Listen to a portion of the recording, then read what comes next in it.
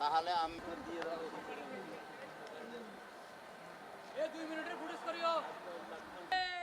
আমরা চাই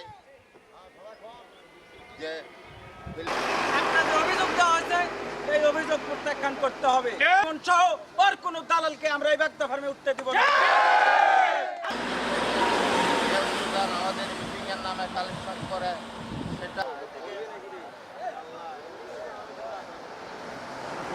জনগোষ্ঠী এই রাস্তায় দাঁড়িয়েছেন, কারণ